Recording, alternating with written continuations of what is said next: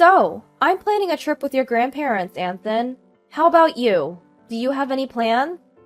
I called my son Anthony after we were invited on a vacation by my in-laws. Well, I have practice. You all should go and have fun. But isn't this trip a bit out of the ordinary? Are you okay, Mom? I'll manage. I'll bring you back a souvenir, so work hard at your practice. Anson, under my influence, has always been into marathon running. He even got into college on a running scholarship. He studies at a university that isn't too far, but he stays in the dormitory to save commuting time and only comes home during long holidays. I knew he couldn't join the trip, but I thought I should at least ask him. His response was exactly what I anticipated. My name is Flora, 46-year-old working woman. My husband Steve is 4 years older than me and was once my boss.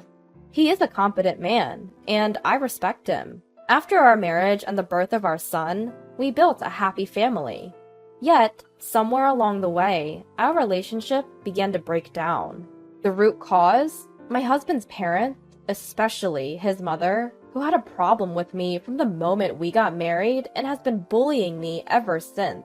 However, in the beginning, Steve would stand up for me, and because we lived far away from his parents, we seldom met them and managed to get by. But when our son, who loves marathoning, wanted to attend a high school near my in-laws, things changed. The reason he got into running was me. I used to run marathons and still do occasionally. It made me happy to see him take an interest in running, just like me. So I convinced Steve to move closer to the high school my son wanted to attend. Steve applied for a transfer at work for our son's sake, and we moved. My son was recommended for his university from this high school, so I think it worked out well. Go get the rental car tomorrow morning and pick up my parents on your way back, Steve said the day before our trip. This left me confused. Huh? Why am I the one renting the car? What are you going to do? I'm tired from work, so I'll sleep until the last minute. Once you pick up my parents, come back and I'll take over from there. It's in the same direction as our destination anyway. I could understand what he was saying, but if anything, I was more exhausted. Despite working similar hours, I was the one taking care of all the housework. When I think about it, we used to split the household chores equally. However, ever since we moved closer to his parents, they've been visiting us frequently. When his mother saw Steve doing housework, she vehemently opposed it. Housework is the wife's job. It's not something the breadwinner should do. Isn't that right, Flora? Overwhelmed by her intensity, I initially nodded in agreement. This continued until Steve eventually stopped doing anything around the house.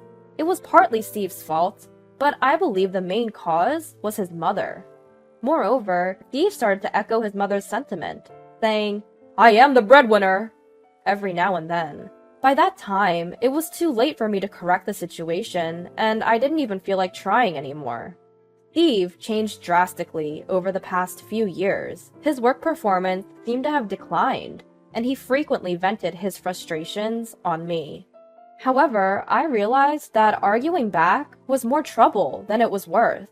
So, I decided to simply accept things as they are. That's the least stressful way for me to live. There were times I considered getting a divorce, but when it came time for our son's college recommendation, I feared it could disadvantage him if we were a single-parent family, so I couldn't go through with the divorce. Instead, I tricked my mind into believing I was taking care of a dog, not a person. And surprisingly, it did relieve some of my stress. So, I began to feel like it wasn't worth expending my energy on getting a divorce. And that's how I've arrived at where I am today. The reason I agreed to join this trip was because it was to a resort that I absolutely love. I knew I could thoroughly enjoy myself, even if I ended up doing things alone. Heck, I was even ready to do things separately from my in-laws and husband. Perhaps I was invited mainly because they needed someone to share the driving. But both my husband and my father-in-law can drive, so it'll work out, one way or another. Anyway, I played along with the notion that our pampered pooch was being demanding again, went to get the rental car as my husband instructed, and headed to my in-laws' place. Laura, you're late! Is that the car for today? You should have rented a bigger one. Well, It's better than your tiny car, at least. The car we usually use is the one I bought. Since I drive to work, I assumed I would be the primary user, and I paid for it myself. We don't go out of town often, and I thought a small car would be just fine. Plus, I loved its interior design and color, so I bought it. And yet, my husband would take it without asking, and even let his parents ride in it. What's more, my in-laws complain about the car being small and look down on me, as if I could only afford a small car. I thought they could just use father-in-law's car for the trip. Father-in-law, however, didn't like others driving his car, but also didn't want to drive it himself for the entire trip. So we ended up renting a car. Even so, I wasn't consulted about any of this. I just found out that I would be the one to pick up the rental car and drive it, and that they'd be in the back seat the whole time. It made me want to tell them to drive themselves. In a word, they are tiresome. In the end, my husband, who had said he would take turns driving, slept the entire time. Father-in-law didn't want to drive unless it was his own car, so I ended up driving all the way to our destination. Inside the car, with my husband asleep, father-in-law kept criticizing my driving. He would say things like, "You could have turned left there," even though the oncoming car was obviously approaching. Or, "Why didn't you go, even though you knew the light was turning red?" It was nothing but unnecessary stress. My mother-in-law joined in, saying, "Flora, your driving is as bad as ever." I didn't want to be criticized by mother-in-law, who can't even drive.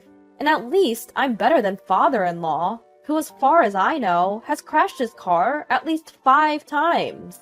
Despite being told he should surrender his license before causing a major accident, father-in-law keeps insisting it was just bad luck and that he is a good driver, so everything will be fine. Well, I didn't want to ride in a car driven by father-in-law anyway. I don't mind driving, but I'd appreciate it if they could stop interfering all the time. Upon reaching our destination, my husband finally woke up. Since we had been in the car all day and were tired, we followed my in-laws' wish to spend the day relaxing in the hotel. So we didn't go out. I enjoyed myself by swimming in the pool and exploring the hotel.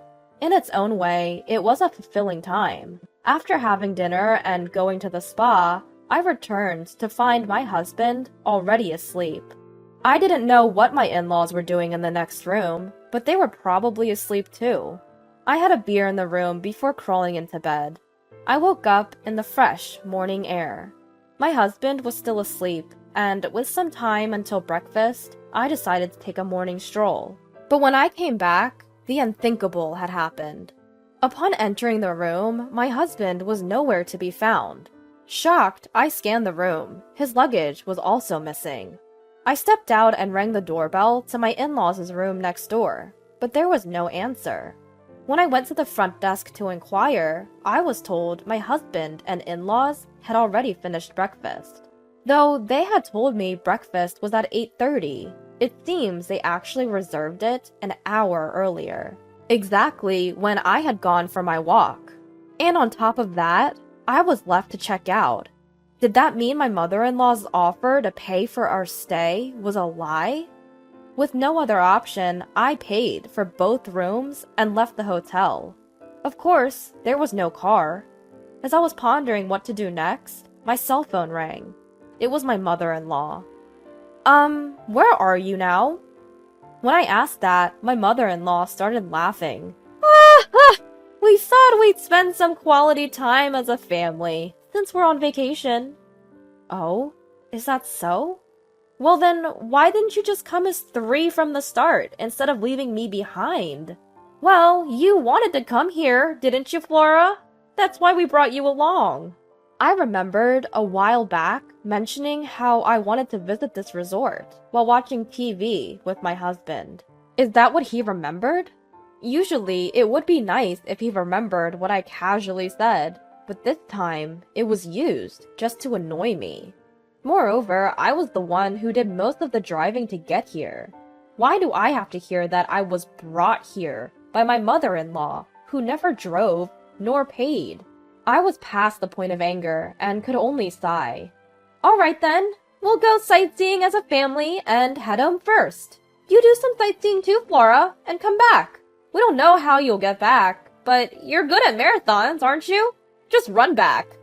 At my mother-in-law's mocking laughter, my anger exploded.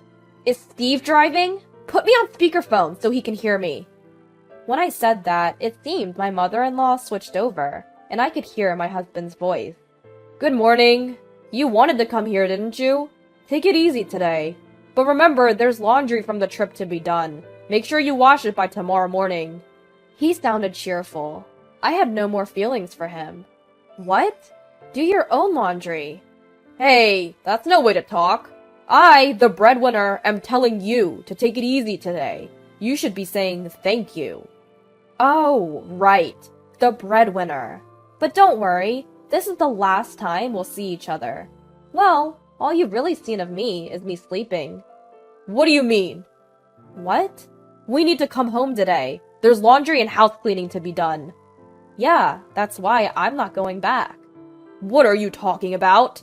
His voice was shaken. And with that, I said, I'm getting a divorce. You told me half a year ago, didn't you? That you met your soulmate, your childhood friend, and you were going to marry her? You reunited when she moved back to your hometown, right? The childhood friend who had divorced. Remember? You showed me the divorce papers back then. That was about 6 months ago. I'd confronted my husband because something felt off and he came clean. He'd met his childhood friend and decided she was his soulmate. He wanted to divorce me and remarry her. She had a middle school-aged child and was struggling as a single mother, and he wanted to support her. So, he asked me for a divorce. Truthfully, I'd lost my feelings for my husband, but I wasn't quite ready to say, okay, let's get a divorce. He gave me the pre-filled divorce papers, but I didn't agree to divorce. We didn't speak for a few days after that, but when I stopped doing the household chores, he was in a bind. A few days later, he said, forget about what I said before. Well, I couldn't just forget it, and I started gathering evidence of his infidelity. Could it be that Steve planned this trip to get on my good side? I mused. The conversation happened about 3 months ago. It was right after you quit your job. At my words, surprised voices from my in-laws on the other end of the speakerphone echoed. This must have been the first time they heard about their son quitting his job. When you said you were quitting your job, I told you it would be hard to get a new job, and I disagreed with your reason, right? I recalled. You said that you were an excellent worker and would find a new job right away, but you only found a part-time job. I wonder when you'll find a proper job. My husband was driving, and while he was staying quiet, I took the opportunity to spill everything. I'd been coping with stress by imagining you as a dog. But then I thought I might as well get an actual dog, I declared. So, I'll submit the divorce papers. Enjoy your family vacation. My in-laws were calling my name in shock, and my husband was trying to say something, but I cut the call without paying any attention. I decided to enjoy sightseeing before heading home. When I explained the situation over the phone to my son, "See, I told you," he said. "Well, if you're divorcing, then it's fine." Anson, his reaction was lighter than I expected. Given he knew the situation, his reaction was as expected. Even though I returned from the trip, I didn't go home. In fact, I'd been keeping my and Anson's belongings in a self-storage, ready for any situation. I had the bare necessities with me, so I dragged my suitcase to a real estate agency. The sales representative, who had a professional relationship with me, was there to greet me. She was a woman of my generation, easy to talk to, and we'd hit it off and had drinks together a few times. Over drinks, I'd complained about my husband and in-laws and asked her to always keep an eye on available properties, just in case. That day, I signed a contract. With my own place secured, I felt relieved and decided to submit the divorce papers at the city hall. The divorce was granted without any issue. Finally, I decided to return the countless calls my husband had made. "Hello?" I started. "The divorce papers have been accepted. We are now officially strangers." At that, my husband's panicked voice echoed in the phone. "Are you serious about the divorce? I broke up with her. Now there's only you. You didn't like me looking at other women, right? Now I'm only looking at you. So come back, without worries." But all I felt for his words was revulsion. "Huh? What are you talking about? I never intended to please you in the first place. And you didn't break up with her, did you? You were dumped because you couldn't find a job and you had no money, right?" It turned out that my husband's mistress was the friend of the sales rep who had introduced us to our new place. Talk about a small world. She had been listening to complaints about my husband from the mistress, who claimed to be his current girlfriend. And apparently, after he quit his job and started working part-time, she saw no point in being with him and broke up. But a fling is a fling. I'm definitely going to demand compensation. That's right. Even if they've broken up now, the fact remains that he cheated, and there's evidence. "Compensation? I told you we broke up! Now there's only you!" I can only sigh at this point. "So you're saying that now that you're single, you're thinking of having another affair? I don't care what you do, but I'm done being exploited. You didn't even notice that your stuff at home was missing, because you didn't care, did you? I'm not going back, so throw away what you don't need." With that, I hung up the phone. Even after that, my ex-husband kept calling me, and even my former in-laws reached out. But of course, I'm never going back to that house. My ex-husband still hasn't found a job, can't pay the rent, and has moved back in with his parents. My ex-father-in-law is still driving dangerously and recently crashed into a neighbor's fence with my ex-mother-in-law in the car. Fortunately, no one else was injured, but they didn't have property insurance and had to borrow money to cover the repair costs. All of this was written in emails that my ex-husband kept sending me on his own. I find his misfortunes slightly amusing. I don't reply, but I haven't blocked his emails either, just quietly enjoying the show.